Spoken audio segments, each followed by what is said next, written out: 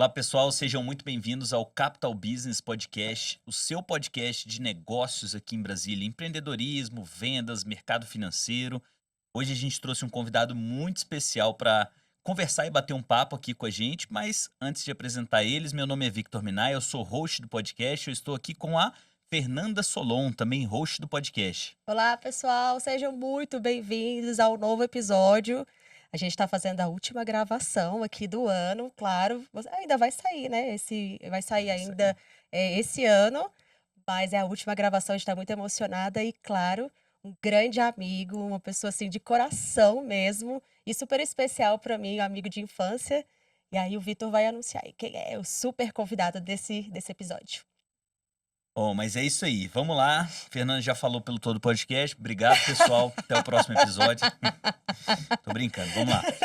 Nosso convidado, ele é sócio fundador da Vant Invest, linkado à XP, diretor-geral na pousada Camelot, na Chapada dos Veadeiros, sócio fundador da M9 Comunicação, foi sócio sênior durante 3 anos em um escritório de investimentos do Banco BTG Pactual e ocupou diversos cargos executivos durante mais de 10 anos na Ford Motor Company e General Motors, passando pelas áreas ali de relações governamentais, vendas e marketing.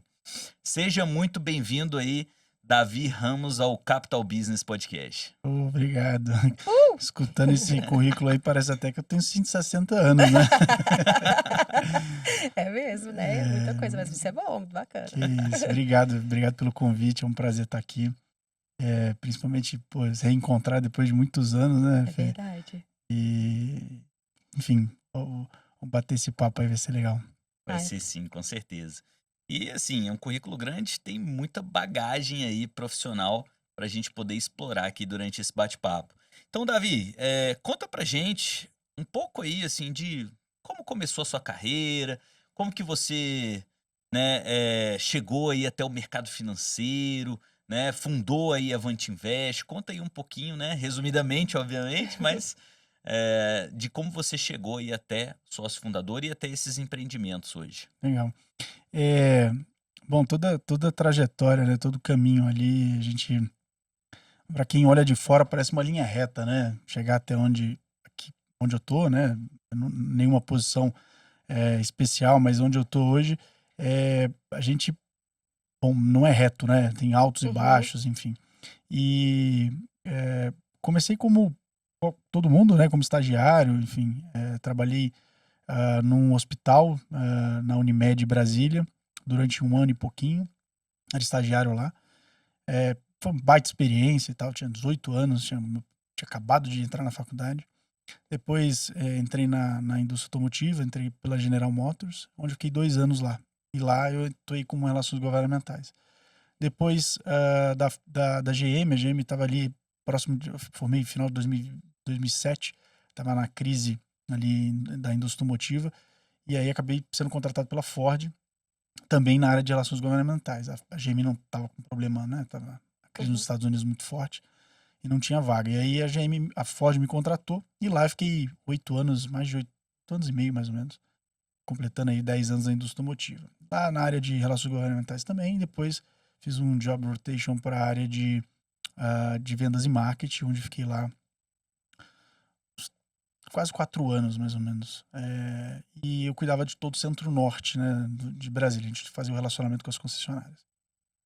Bom, depois de um tempo como executivo, eu estava lendo um livro chamado...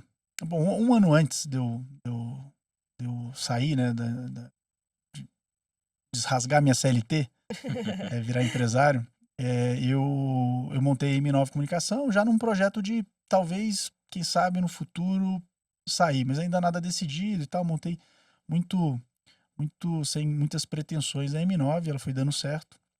E depois de janeiro de 2015, eu estava casado, já tinha acabado de casar.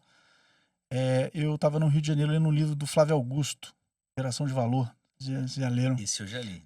Tem um e dois, eu não lembro qual que era, se era o primeiro ou o segundo, mas tem uma frase lá que falava o seguinte: se você tá numa estrada, num caminho, que o destino não é onde você quer chegar, por que você vai continuar nesse caminho mais um segundo sequer da sua vida? Você para o carro, vira para a direção que você quer e vai.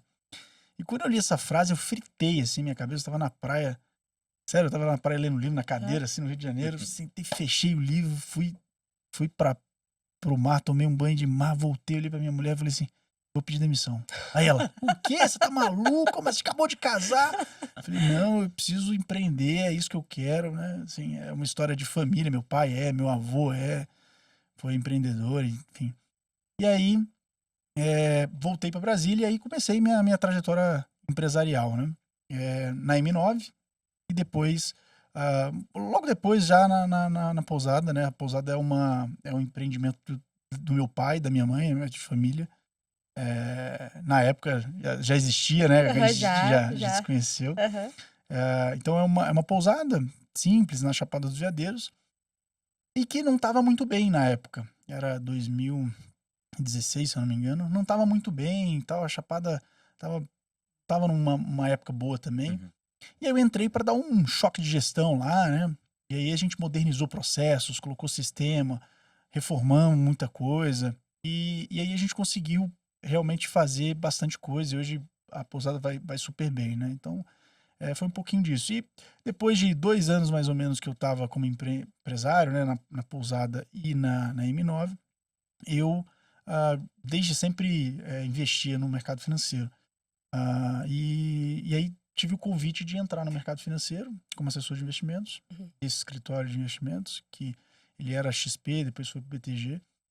Fiquei lá durante 3 anos e aí tive um chamado de montar meu próprio escritório. E aí fiz isso, estamos aí com 2 anos e pouquinho, 3 anos de Vant Invest. Então, isso é um resumozinho Show de bola. Foi um da resumo minha história. maravilhoso.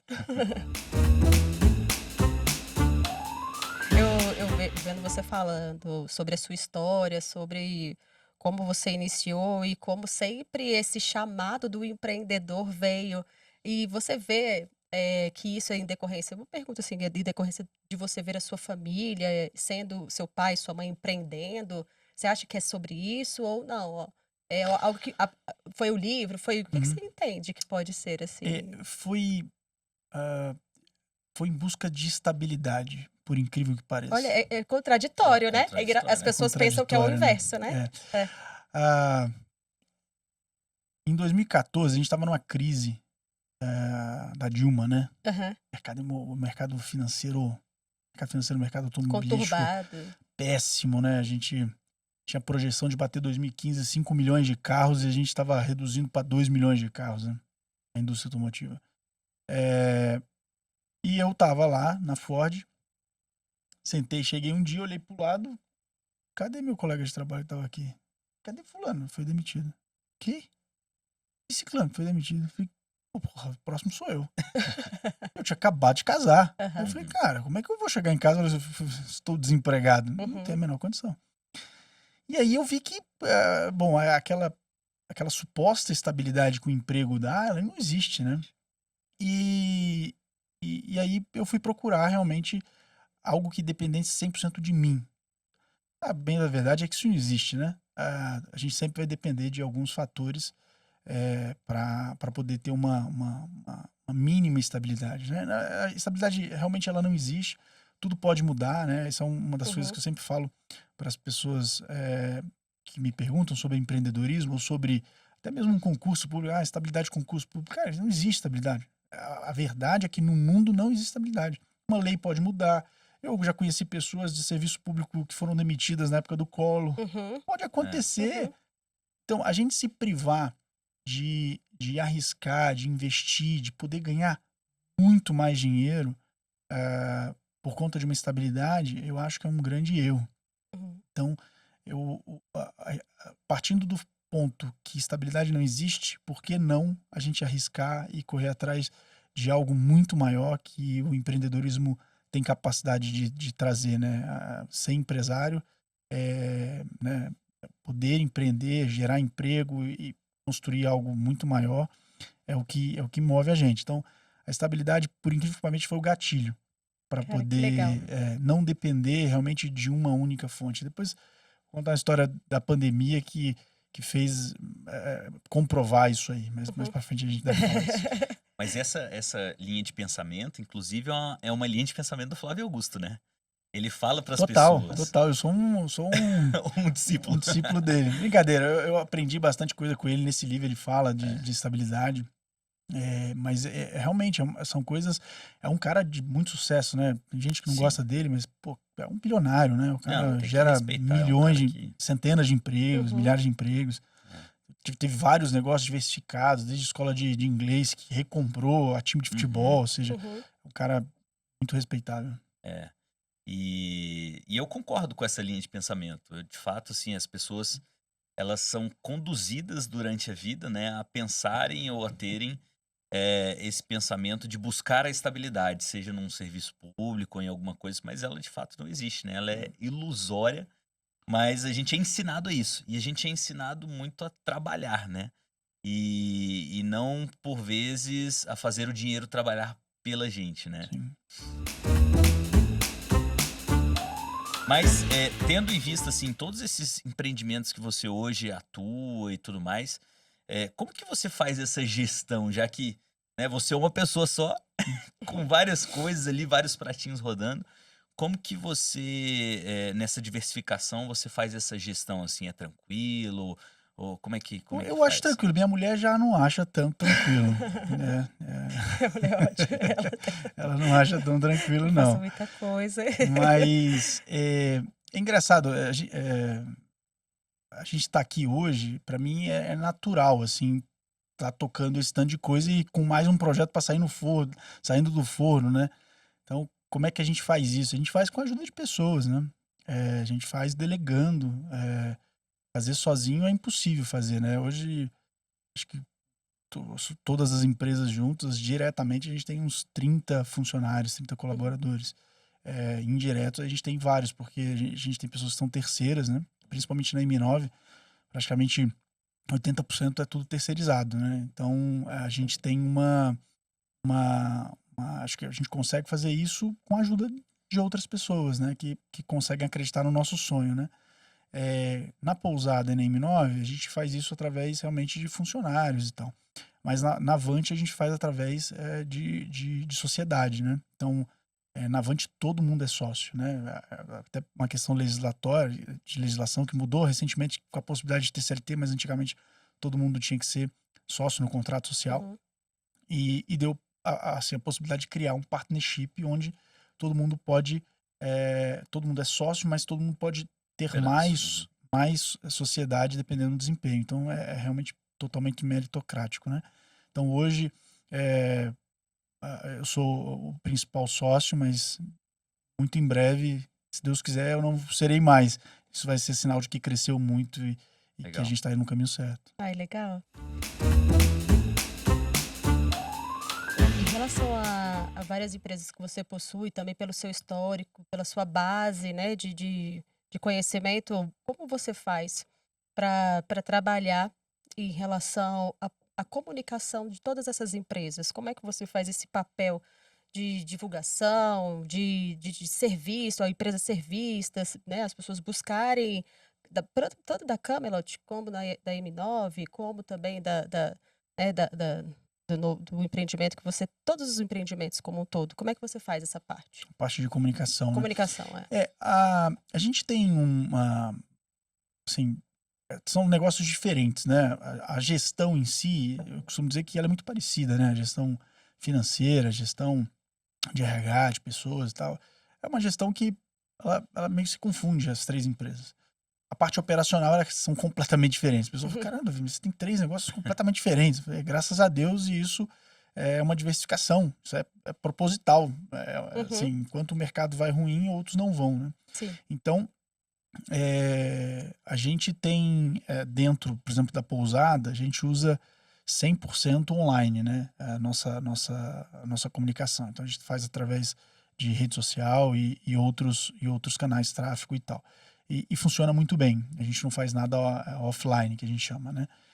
Então, a pousada é isso, porque a pousada é quase como uma comunidade. Na pousada, a gente não é destino. A gente está no destino, eu costumo Que falar. legal. A gente está na Chapada dos Veadeiros, né? Então, as pessoas, quando elas procuram a Chapada e dentro da Chapada elas procuram um lugar para ficar.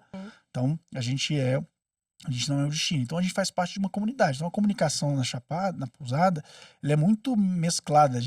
Eu brinco, a gente vende a Chapada e a pousada junto, né? Então, essa é a comunicação que a gente faz da pousada. Da Avante, também hoje, na Avante a gente tem uma verba muito limitada para marketing tal, que a Avante, ela não é varejo, né? A gente atende clientes com um poder aquisitivo um pouco maior, então ela é mais nichada. Então a gente faz através de eventos, né, ligado a marketing, que são eventos, por exemplo, jantares, a gente faz eventos de conhecimento, tipo uma reunião para falar com uma gestora, e a gente faz a marca através das nossas redes sociais também, site, tal, tráfego também. Mas aí é bem topo de funil, assim, né? Então a gente não capta muito pelas redes sociais. A nossa captação ela é mais de indicação. A gente faz um bom trabalho e esse cliente satisfeito, ele indica outro e a gente vai crescendo organicamente. Legal. E a M9, ela é B2B. Então, a nossa comunicação ela é bem também digital, mas não é rede social, ela é mais Google procura por ponto de publicidade e aí a gente está lá presente entregando isso. Bacana. Bem diferente uma das outras. Legal. Eu tenho que fechar uma caixinha para pensar na outra. Sempre assim. Homem consegue pensar nisso, mulher que pensa tudo junto. Mas homem, eu fecho uma caixinha ou abro a outra e tal. Muito fera, muito legal. Legal. E assim, falando do mercado financeiro, até para que, né, os nossos ouvintes aí peguem algumas dicas, talvez, mas como que hoje funciona o ingresso? Como que está, né, o ingresso, assim, para um profissional? Vamos supor que eu, Vitor, não tenho, enfim, né, nada assim, certificação nem nada, quero ser um assessor de investimento. Como que está esse mercado hoje para o cara que quer ingressar, assim? Você consegue dar uma visão? Legal, tem gente que olha e fala que o mercado está saturado, né? Realmente, se você olhar os últimos 5 anos para hoje, o mercado, sei lá, multiplicou por 10. Não é sei lá, por 5. Então, hoje a gente tem aproximadamente 20 mil assessores de investimentos, né? Só a XP, se não me engano, tem 15 mil, 14 mil assessores. É um mercado que ele cresceu muito nos últimos anos, mas que a minha interpretação é que ele vai continuar crescendo. Por uma razão simples. A gente tem muito ainda dinheiro em bancos, né? A gente tem aproximadamente 90% do dinheiro está nos grandes bancos, sendo cuidados por gerentes de bancos que não têm a capacitação de investimentos, né? Óbvio que os bancos já estão aí tomando toda a frente para poder se modernizar. Investir nos escritórios, né? Ou investir nos escritórios. O Safra, ele criou agora a parte de assessoria de investimentos, né, do Safra, né? O BTG Pactual tem, a XP tem outras corretoras menores que tem, mas os grandes bancos ainda não. Você tem o Santander, que criou ali o AAA, que são especialistas em investimentos que tem, mas não são assessores, né? Porque quando você está ligado a uma corretora de investimentos, é funcionário, ou um banco, você não precisa ter a Ancor, né? Que é a certificação para ser assessor de investimentos. Quando você tem a Ancor, você tem o seu próprio escritório de investimentos. Antigamente o nome era Agente Autônomo de Investimentos, né? Autônomo porque é ligado a uma corretora, mas é um CNPJ ali, uma empresa que presta o serviço para aquela corretora. Hoje já mudou esse nome, graças a Deus. Agora nós podemos falar que nós somos assessores de investimentos, que já era usado já informalmente, mas mudou agora no meio do ano essa legislação, modernizou, né, a legislação que tinha antes. Então, é isso. Então, a minha opinião é que esse mercado ainda ele é gigantesco, ele vai crescer muito ainda. Então, para entrar nessa profissão, né, de agente autônomo, né, de assessor de investimentos, o primeiro caminho é fazer a prova, né? É uma prova que é feita pela Fundação Getúlio Vargas, com apoio da Ancor, né? A Ancor que faz a instituição, faz a prova. E você se certificando nessa prova, você está elegível a desempenhar a função. E aí você tem que procurar um escritório de investimentos para se vincular, né? Então, eu acho que assim, a Brasília, o mercado cresceu muito. Quando eu entrei em 2018, tinham 5 escritórios de investimentos, se muito. Hoje, em Brasília, tem escritórios que são de São Paulo que estão em Brasília. Se eu for chutar, eu diria que tem mais de 25 escritórios em Brasília hoje de investimentos. Então, assim, tem muita oportunidade, tem muito mato ainda para cortar, na minha opinião. Legal. E como é que a Avante, ela tem feito assim, não sei se talvez a princípio de valores e tudo mais, mas se diferenciado aí, então, desses escritórios? Tem alguma forma que vocês, não sei, ou trataram um cliente, ou, né? Como é que vocês se diferenciam, assim, nesse mercado? Eu acho que básico, né, a parte técnica que a gente tem que ser, infelizmente o básico não é básico, né? Uhum. O básico seria você ter uma parte técnica muito bem estruturada, né? Então, na Avante a gente tem nós somos muito técnicos lá, a gente estuda muito mercado para que a gente possa ter uma visão macroeconômica alinhada, né, com o momento, e que a gente possa ali estar orientando os nossos clientes para que façam os melhores investimentos condizentes ao perfil, né? Então, esse seria o básico, né? Mas acho que o nosso diferencial é relacionamento com os nossos clientes, né? A assessoria de investimentos, ela é diretamente ligada à confiança dos nossos clientes, né? Então, quando você tem a confiança do cliente, você consegue ter um desempenho muito melhor do que sem confiança, né? Não adianta você ter uma relação, indicar, né, uma carteira, uma diversificação, e o cliente não confiar, e ele não vai tomar aquelas decisões ali, e a carteira não vai performar bem. Quando tem esse alinhamento, é muito importante. Eu acho que isso é o que a gente, né, coloca ali dentro dos nossos assessores. A gente precisa estar muito alinhado com os interesses dos nossos clientes, né? Vou trazer um tema polêmico aqui, que é conflito de interesse, que já foi muito falado na nossa profissão, né, de assessor de investimentos. É óbvio, né? São produtos com remunerações diferentes que pode acontecer. Por isso que eu falo, quando você está doente, você procura um médico de confiança. Sim. Quando você precisa arrumar seu carro, você vai num mecânico de confiança. Você precisa cuidar do seu patrimônio, você vai num assessor que você confie. Perfeito. Porque dessa forma, num mecânico você tem conflito de interesse. O mecânico pode falar que o freio do seu carro precisa trocar, que a balança do seu carro precisa trocar, que seu motor fundiu. E, na verdade, nada disso pode ter acontecido. Ele está fazendo só para te cobrar. O médico, de vários casos, né, de cirurgias desnecessárias e assim por diante. No assessoria de investimentos é a mesma coisa. Então, você tem que ir atrás de alguém que você confie. E mais do que isso, eu acho que você precisa entender o mínimo de investimentos. Não estou dizendo que ninguém precisa ser especialista aqui, né? Você tem isso, você tem a sua profissão, então você não vai ser... Senão você vai... Isso que contratam um Exatamente. Isso. Então, é igual eu precisava operar meu joelho, eu vou fazer medicina? Não preciso, pra né? poder- Tem um cara que eu pago para isso. Mais Exatamente. barato, Isso, inclusive. Mais isso. barato, mais rápido. Então, eu acho que é sobre isso, assim, né? A assessoria de investimentos, ela tem, como todas as outras profissões, uma característica que você precisa procurar profissionais confiáveis, né? Então, a gente cria essa relação com os nossos clientes de muita proximidade. A gente acaba virando amigos dos nossos clientes. O nosso contato, ele é muito próximo. Praticamente, tem clientes que a gente fala diariamente, né? Sim. Dependendo do volume das operações e tal. Tem clientes que a gente fala mais espaçadamente, mas acho que o principal ponto é a confiança.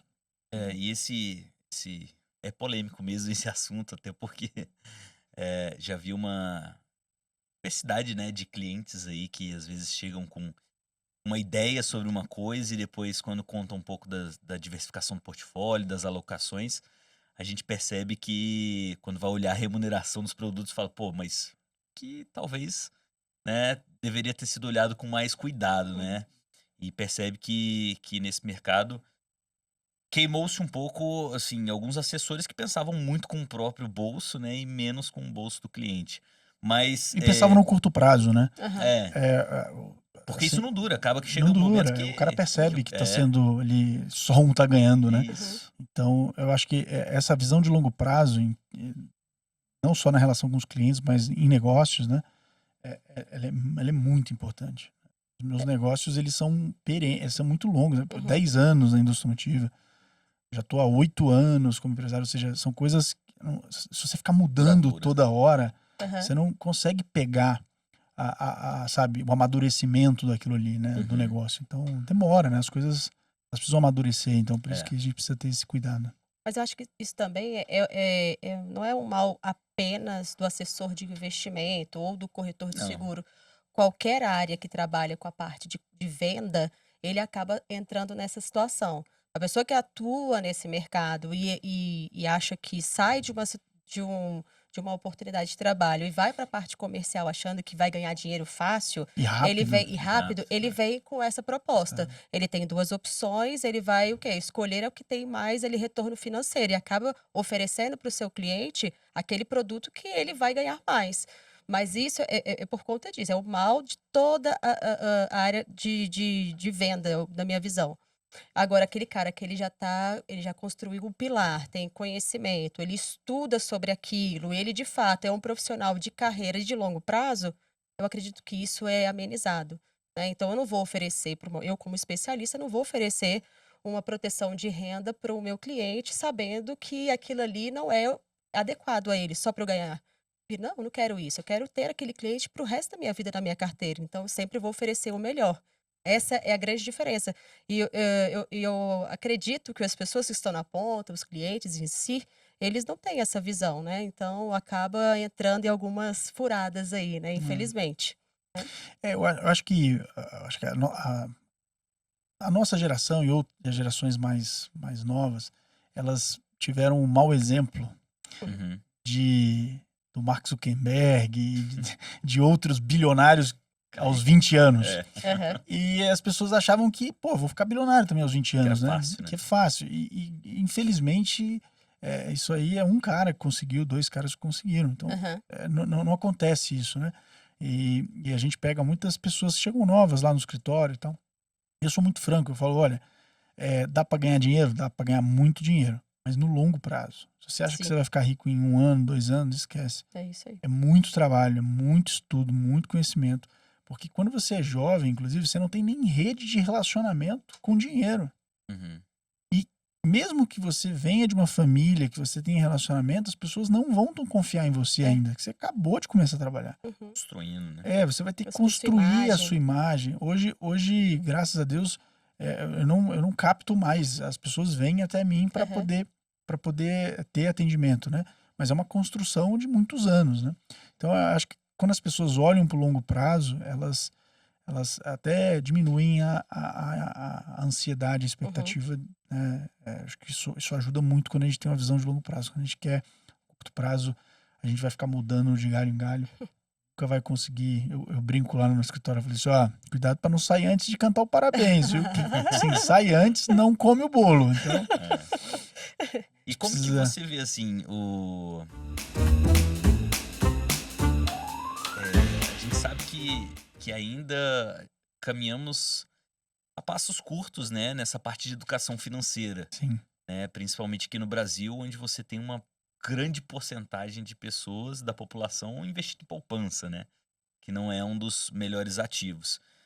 Como que você vê esse desafio, assim, se vocês enxergam como um desafio a parte de ter que educar ou se às vezes enxergam um oceano azul com oportunidades, né, para poder abordar essas pessoas e criar um caminho?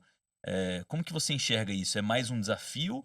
Tem a dificuldade mesmo de trazer, né, o cliente para essa mentalidade mais de prosperidade? Ou você acha que é mais, sei lá, fácil de abordar, enfim? entendi. Então, a educação no Brasil, não só financeira, como todas as outras, é péssima, né? Uhum. Então a gente não tem educação na base, né? Eu brinco, eu sou um crítico assíduo à instrumentalização do ensino superior, e o investimento maciço no ensino superior e o não investimento no ensino básico, né? Uhum. Você tem faculdades públicas excelentes no Brasil e escolas de classe, né, de ensino médio, nível creches, enfim, maternal, péssimas, né? Uhum. Você não tem estrutura, né? Sim. Então, o investimento, na minha opinião, ele precisa começar na base para que você possa ter pessoas preparadas para passar no vestibular Uhum. e aí você ter pessoas formadas, né? Porque senão você vai, é igual aqui na UNB, né? Você chega na UNB ali, você conta, todo mundo tem carro na UNB. Aham. Mas você fala, porra, mas é pública, né? Você vai, "Uai, como é Todo que mundo tu passa é?" no UNB ganha um carro, né? Aqui em Brasília era assim, pelo menos na minha época era assim, não sei como é que tá hoje. Acho que Então, mantém. mantém, né? Passou na universidade Vai ganhar o pública, ganha um carro. carro. Ou seja, quem passa na universidade pública é quem estudou na privada, né? Na Né? escola privada, né? E é assim há anos, há décadas aqui no É. Brasil. Então, é um reflexo disso, né? Acho que a financeira é pior ainda, né? A financeira, ela vem de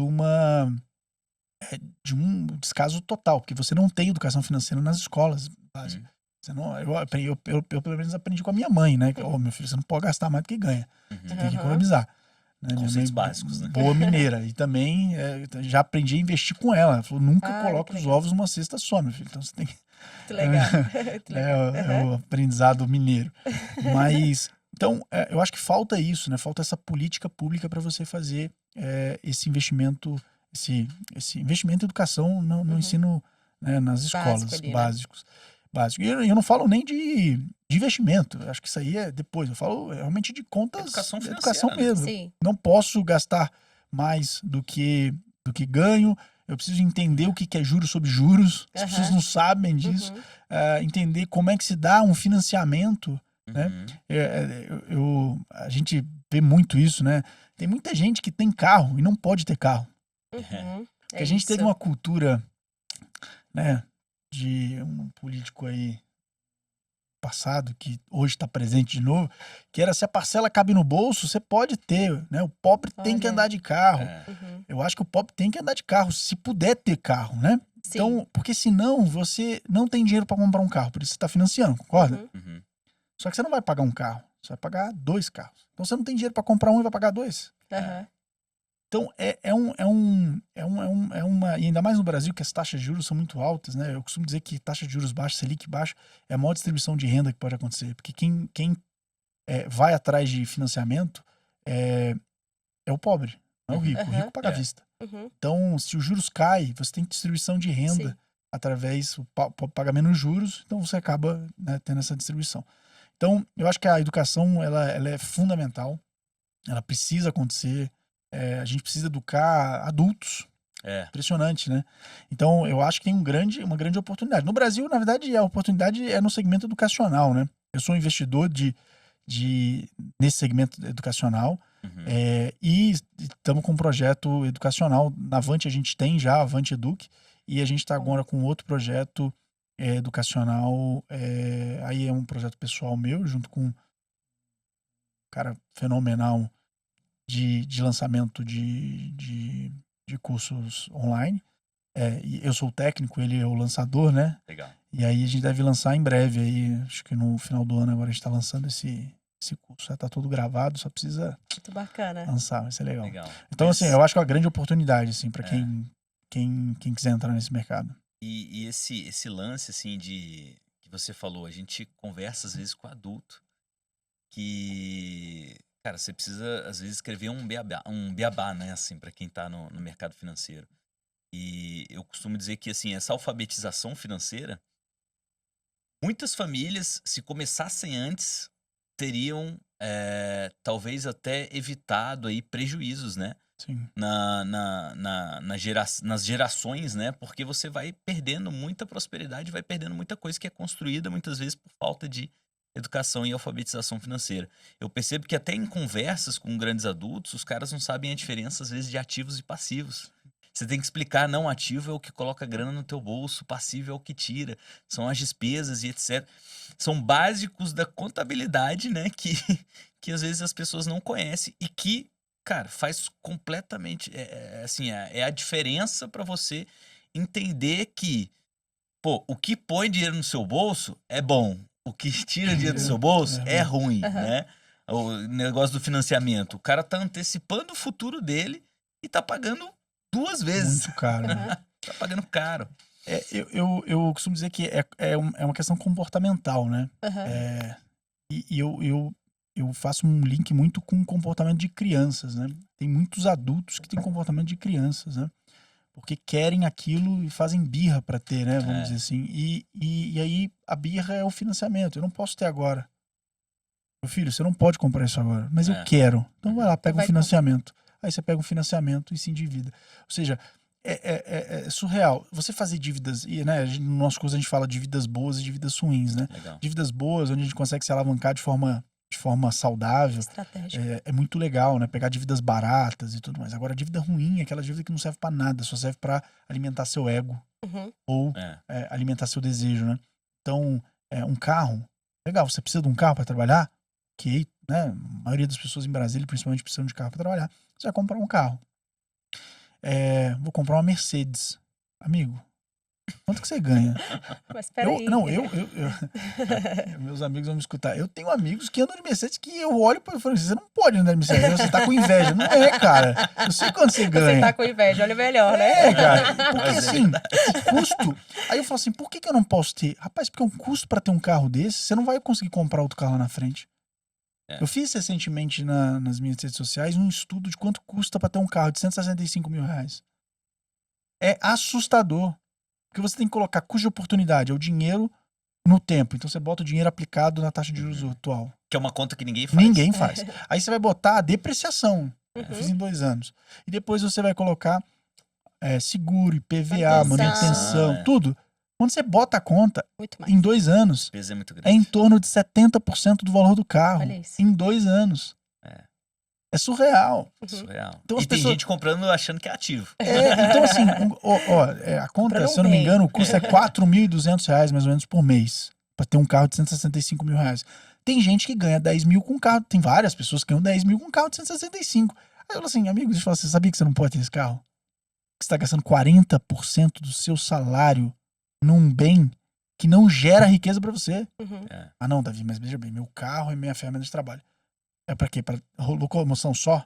Então um Gol Não serviria. precisa disso. né? Não precisa Ou menos disso. do que isso, às vezes. Então, assim, essa mentalidade as pessoas não têm. E é muito comportamental, eu acho. Então, essa Total. educação, ela é muito mais do que uma educação técnica. Uhum. Óbvio que com o técnico, quando você traz clareza nisso, as pessoas já, né? Mas além do técnico, ele precisa ser também comportamental. Sim. Mas a gente volta para a questão da cultura. O Sim. brasileiro não tem a cultura do conhecimento financeiro. Fora isso, antigamente nossos pais ali, até um pouco antes, tinha esse conforto que pelo INSS, vou viver minha vida que depois eu vou receber ali o INSS, Sim. vou ter, né, vou viver da Previdência. As pessoas não se planejam, né? Não se planejam, mas fato. isso é cultural do Brasil. Aí o Brasil também não tem um conhecimento em relação à parte de investimento, diferente dos Estados Unidos. Então, eu acho que tudo isso, essa junção de toda essa questão cultural, faz com que aconteça de pessoas inteligentíssimas não tenham conhecimento sobre a parte de gestão. Compre o carro, igual você falou, sem saber o impacto Quanto financeiro que poderia ser. E eu acho que vai além do interesse disso, né? Por que não existe educação financeira nas escolas, né? Aí é um ponto que a gente não sabe, né? Não, a gente sabe por quê, né? Porque não tem interesse em as pessoas saberem disso, Teriam gerirem um conhecimento, pouco. né? Porque eu sou um pouco cético nisso, porque quando a gente olha pro Estado, né? Qual a função do Estado, a gente vê ela muito sendo assistencialista, né? No nosso país, né? Principalmente Sim. né? A gente está ali vindo ali Sim. de um ano de uma campanha eleitoral muito acirrada, de muitas propostas e tudo mais. Você propõe para quem? Para quem precisa. Se você não tem ninguém que precise, você vai propor o quê, né? Então, no Brasil é muito fácil você propor coisas básicas, né? De Bolsa Família. Porque as pessoas não têm, porque não sabem gerir, não sabem fazer. Eu costumo dizer que qualquer pessoa pode ficar milionária em 20 anos no Brasil. Uhum. Davi, qualquer pessoa. Uma empregada doméstica pode ser milionária em 20 Só anos? ter Pode. disciplina. Como, Davi? Através dos juros sobre juros. Uhum. No Brasil, a gente tem o maior juros, sei lá, um dos maiores juros do mundo. Uhum. Então, se você Se pega, beneficiar com isso, né? se beneficiar do juros sobre juros, acho que Albert Einstein falou que só tem uma coisa mais forte que juros sobre juros, né? Deus. Depois disso não tem. Juros sobre juros Só para vocês terem noção, numa conta, né? Em 241 meses, são 20 anos em um mês, se você colocar R$1.000 por mês, todos os meses, você consegue ter R$1 milhão. Uma conta matemática. Na HP vocês fazem aí. Coloca 241 meses, 1% ao mês. Em 241 meses você vai juntar R$ 1.000.000. Quanto que você vai ter aportado? Quanto você aportou? 241 meses, R$ 1.000, você aportou quanto? 241 mil. Uhum. E o restante veio de onde? Juros Juros compostos. Juros sobre juros. Então, é uma potência absurda, né? E se você olhar que você tem 1 milhão, demorou 20 anos para ter 1 milhão, tá? Com mais 6 anos, você vira 2 milhões. Então, com 26 anos, você vai ter 2 milhões. Uhum. É surreal, é juros sobre juros. E eu chamo de golden hour, né? Que é a hora de ouro. É a hora que o seu aporte fica a mesma coisa do que a sua carteira está rendendo. Quando vai ser isso? Quando sua carteira chegar a R$ 100.000, a sua carteira vai estar rendendo R$ 1.000 e o seu aporte vai ser R$ 1.000. Quando sua carteira tiver 200 mil, o seu aporte vai ser metade do que sua carteira rende. Sua carteira vai estar rendendo, vai estar crescendo 3 mil por mês. Então, eu costumo dizer que assim, se as pessoas tivessem conhecimento disso e disciplina, elas economizariam muito antes, né? Você tem que começar muito antes a investir. Uhum. Acho que qualquer um pode ser milionário. Mas aí vem a oportunidade de quem trabalha nesse mercado, que é o assessor, de oferecer ali um conhecimento sobre isso. Igual você falou inicialmente. Eu não tenho conhecimento, a pessoa é leiga em relação a isso, ela vai contratar um especialista, uma pessoa que ofereça aquele conhecimento para ela conseguir ser aí uma pessoa milionária, Sim, né? sim, Então sim. também é uma oportunidade, enquanto ainda não há uma cultura, né, da gestão financeira, do planejamento financeiro, né? E até pegando esse gancho, seu Fernando, até para ter uma boa gestão, né, você precisa saber, né, diversificar, você precisa entender um pouco Uhum. do mercado, como que ele se movimenta, né? Qual que é a importância, assim, até trazendo conceitos, se você puder aprofundar, para quem está nos ouvindo, né, de um gestor financeiro, como que isso transita, assim, né, nas diversas funções que existem? Legal. Bom, no mercado financeiro a gente tem 3 principais funções, né? A gente tem o gestor de investimentos, Uhum. que normalmente é o cara que está por trás das decisões em fundos de investimento, né? Que é uma certificação que é a CGA. Você tem o analista de investimentos, que faz análises dos ativos, de ações, de fundos imobiliários e faz recomendação. Esse cara ele pode fazer a recomendação, né? O gestor ele faz a gestão, então você delega ao gestor Uhum. a tomada de decisão por quais ativos ele vai comprar com aquele capital que você definiu. O analista, ele só indica as ações, então ele dá a recomendação de compra de ativos. E o assessor de investimentos é o cara que orienta você dentro dos investimentos. Depois que mudou a legislação, hoje a gente pode até orientar e indicar alguns tipos de investimentos, mas quem faz isso é o analista, né? O assessor de investimentos, ele faz ele te orienta na diversificação da sua carteira, no peso de cada ativo, e te orienta do que é cada ativo. Então, um CDB, o que é, a gente acha que tem que ter isso aqui na carteira, mas a decisão final, ela sempre vai ser do cliente, né? Uhum. Óbvio, sempre dentro do perfil do cliente, dos objetivos do cliente, do momento de vida dele. Então, a gente faz uma longa, né? Dentro da assessoria, a gente faz um longo Análise conhecimento do Uhum. cliente para que a gente possa estar muito alinhado com ele. Então, no mercado financeiro, você tem essas 3 funções que são muito bem divididas, assim. Quem é assessor não pode ser gestor e não pode ser analista. Quem é analista não pode ser uma das outras funções. Então, ela é bem definida, ele tem que ter um Chinese wall bem bom dentro Bacana. dessa gestão, né? E cada um com a sua respectiva certificação, né? Exatamente.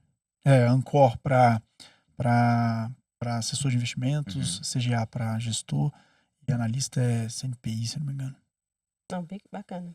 Não, Legal. pode falar. Não, é porque assim, para quem não conhece muito, né, do mercado financeiro, acha que às vezes você chega lá e o profissional pode fazer de tudo, né? Ou então alguém pode chegar para você e indicar um investimento, sendo que às vezes tem, sei lá, uma outra certificação técnica que nem poderia nem deveria, né, fazer isso. Isso acontece no mercado, né? Acontece muito. A gente pega lá no nosso escritório vários casos assim, de, não, eu tenho um amigo que faz a gestão dos meus investimentos, Deus Como é que é? amado. Mas ele é assessor? Não. Ele é Cara, gestor? tem- Não. Ele é Não o é quê? nada. Tem que mandar um Não, ele é recado muito pra essa bom. galera. Eu falo assim, não, mas deixa eu Ele te é meu falar. amigo. Ele tá cometendo um crime, É, porque você não não pode. pode fazer isso se você não tiver a certificação correta, né? É. Então, e acontece muito, a gente pega muito lá enfim, infelizmente vem através ali do não conhecimento, né? Então as pessoas são... E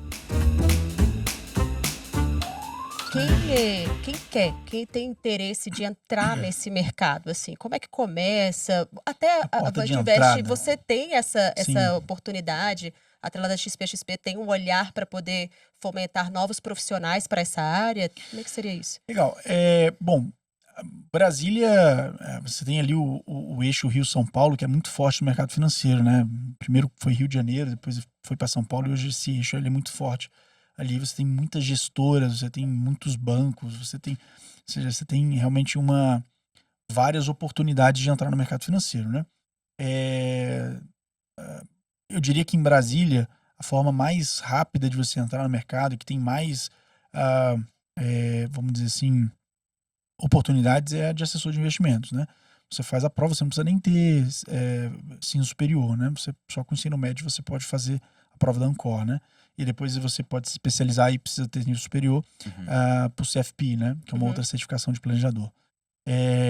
Então, aqui em Brasília, eu diria que o caminho mais fácil para você entrar no mercado financeiro é assessor. Depois, como assessor, você já vai estar inserido no mercado. Se você quiser, enfim, aí sim, fazer uma certificação de gestores, enfim, é um outro caminho. É uma outra profissão, né? Mas, agora, se você está em São Paulo, Rio de Janeiro, aí você tem muitas oportunidades. Aí, como analista, enfim, aí você pode... Normalmente analista e gestor, você está dentro de instituições financeiras. Assessor de investimentos, aí você está dentro Tá de na um ponta, escritório né? de investimentos, né? Aí depende muito do que você... assessor de investimentos, ele tem que ter... eu diria que nas 90% das posições de assessor de investimentos, você precisa ser comercial. Se você for um excepcional técnico e não tiver time comercial, você vai ser um fracasso. Se você for mediano tecnicamente e for um excelente comercial, você vai ter um baita sucesso. E então, na parte de assessoria, você precisa ser comercial. Então, é perfil, né? Apesar que eu acho que todo mundo tem que ser vendedor, mas é perfil, né? Mas é Se você não tiver esse engraçado. perfil, trabalhe nele, né? É engraçado, porque as pessoas que olham para esse mercado e para as profissões, elas falam assim: a pessoa tem que ser economista, tem que ter uma base financeira para poder iniciar. E olha que, como você está falando, isso é muito bacana para quem tem interesse de entrar nesse mercado, que vê uma oportunidade, né, pelo mar e que a gente tem de atuação. Só dele ser comercial é importante. O pilar disso, você tem que ser comercial. Porque o assessor de investimentos ele é um Pilar, distribuidor claro, de tem produtos, parte né? financeira também, Sim. óbvio, Então, mas, né? é óbvio que para você vender algo, você precisa conhecer ele, Sim. né? Claro. Então, a gente hoje tem uma estrutura que suporta muito os nossos assessores. Então, a gente tem um time de analistas que entregam os relatórios prontos para os assessores, Sim. para que eles possam ir atrás dos clientes para poder informar, enfim. Um faz análise e o outro vende o produto. Vende no sentido de, né, indica ali o produto que o analista recomendou. Então, a parte comercial é fundamental na parte de assessoria de investimentos. Agora, uma pergunta que me gerou curiosidade, que é o seguinte. Pergunta mais fora da caixa até. A inteligência tá vindo aí com força total, né? Inteligência artificial. Isso, inteligência artificial. Você acha que em algum momento, de alguma forma, o serviço, tanto de um assessor, ou às vezes de um gestor, ou de um analista, poderá ser substituído pela inteligência artificial? Não, porque eu acho que você não consegue tomar um vinho com ela de inteligência artificial, nem sair para jantar, né? O ser humano, ele quer isso, né? Ele quer esse contato, né? contato, Relacionamento. né? É importante. Eu acho que a gente vai avançar muito, né? A gente usa a inteligência artificial lá na Avante para criar alguns processos, para dar escala. Então, a gente já usa ela para melhorar o nosso serviço. Mas eu acho que o contato, a não ser que o ser humano mude, né? Pode ser que a gente Não sabe lá vá pra mudando a frente, nossa né? cultura. Mas eu acho Ou que agora. no curto prazo, O ser humano, ele requer. A gente passou pela pandemia, o tanto que ele ficou órfão de contato, né? Sim. E foi onde, pô, a gente, no mercado financeiro, a gente trabalhou muito, né? As pessoas em casa, pô, a gente fazia videoconferência, cara, era maravilhoso, porque a gente Uhum. tinha um contato ali, quase que só não dava pra tomar cafezinho com a pessoa. Sim. Mas eu acho que pode facilitar muito. A gente pode usar isso como uma ferramenta para dar escala ao nosso trabalho, para melhorar a nossa parte técnica, inclusive, porque o ChatGPT é uma fonte de informação, é o nosso novo Google, né? É. Então, eu acho que a gente tem muito a ganhar com a inteligência artificial, Uhum. e quem tem medo dela é porque tá fazendo alguma coisa errada. É verdade. Não, e eu acho que, assim, a minha linha de pensamento é que o ser humano, ele não vai ser substituível nessa parte de relacionamento. Eu até acho que, inclusive, vendedor vai ser talvez a única profissão do mundo no futuro, porque é a que exige, de fato, um relacionamento, né? E que consegue tomar um vinho, enfim, né? Que nem você falou. Mas para, por exemplo, serviços mais operacionais, tipo, apertar parafuso. Cara, a inteligência artificial vai, de fato, Sim. tomar o lugar dessas pessoas, né? Então, elas vão precisar ou se posicionarem para saberem utilizar a máquina, né? A inteligência artificial a favor delas, ou senão elas vão acabar sendo substituídas, né? Mas, como vendedor mesmo, vai ser, para mim, a última profissão e a que não consegue ser extinta E de é forma engraçado a alguma. evolução da profissão de vendedor, né? A vendedora sempre foi muito taxado como uma profissão de segunda linha, né? Pô, seja o corretor de imóveis, seja sei lá, o vendedor de carro. Hoje, eu tenho amigos que são corretores de imóveis, os caras são milionários, Uhum. que eles atuaram no mercado de luxo, que, assim, o processo de venda de um imóvel de luxo, ele é tão complexo, Muito técnico. que no final da venda, 90% dos clientes viram muito amigo do corretor. Sim. E o corretor, ele tá num nível, né? E aí eu digo de assessor também e outras profissões, que como você consegue também ganhar muito dinheiro com essa profissão, você acaba frequentando os mesmos meios que os seus clientes, você tem o mesmo carro que os seus clientes. Talvez você não vai ter o jato dele, mas tudo bem, né? Você pode Ou pegar uma não. carona no jato. Ou não, Mas, depende. mas assim, eu acho que a profissão de vendedor, ela tomou uma outra visão. Acho que ela está cada vez mais valorizada. E eu acho que a profissão do vendedor o Bruno Vanek, que é um amigo meu, ele sempre fala, só existe uma profissão no mundo, é vendedor. Não sei se é ele que fala, se é dele essa fala, mas ele fala sempre ela. Da barbearia Corleone, figuraça. E ele fala isso, ele fala, só existe uma profissão no mundo, que é vendedor. E eu tendo a concordar com ele, que eu acho que a maioria das profissões, se você é um bom vendedor, você consegue deslanchar. Se for muito técnico e não saber falar, não vai Perfeito. funcionar. Perfeito. Exatamente. A gente tá até partindo já pro final, né? Na verdade, eu tenho uma dúvida, Então assim. vai. Da Vant Eu Invest, sempre faço né? isso, né? É a segunda vez. Cara, sabe, papo tá bom, deixa eu Partindo rolar. pro final. E o Vitor tem mais uma pergunta. Pensando na Vant Invest, tem algum plano para o futuro? Vocês pensam em Sim. expandir? Porque Boa. hoje é de fato um escritório de investimento, mas às vezes, sei lá, montar uma asset, alguma coisa assim. A gente tava batendo um papo antes do podcast, mas assim, quais são os planos assim para o futuro? Legal, a gente entrou na Vant num momento muito ruim de mercado, né? Quando a gente criou a Vant, a gente saiu da pandemia e pegamos uma alta de juros muito, muito forte, né? Acho que uma alta de juros nunca vista nos últimos, pelo menos 20 anos, tão rápida, né? A gente saiu de 2% para 13,75%. Isso não é um freio, isso é um cavalo de pau na economia, né? Tipo, é realmente muito forte, né? A taxa de juros nesse patamar, porque tudo fica muito caro, né? Então o dinheiro ele fica parado, porque você não consegue investir muita coisa, os investimentos perdem sentido. Porque se você consegue ter uma rentabilidade mais quase 14% sem risco, com liquidez, por que você vai colocar no teu negócio que você vai ter uma rentabilidade de 30%? Só que com risco, com trabalho, não faz sentido. Então o dinheiro fica parado. Então a gente pegou esse momento, né? Então a gente teve um crescimento talvez um pouco mais aquém do que a gente imaginava, mas ainda a gente teve um crescimento extraordinário, assim, foi um pouco fora do planejado, mas o crescimento extraordinário. Agora, para 2024, a gente deve continuar o ritmo de crescimento de dobrar de tamanho. A gente está com uma agenda de contratação de assessores muito forte. A gente deve colocar para dentro da casa em torno de 10 assessores até o meio do ano que vem. Legal. Esse é o nosso objetivo. E Asset é um caminho, a gente estava falando, é um caminho natural, né, dos escritórios de investimento.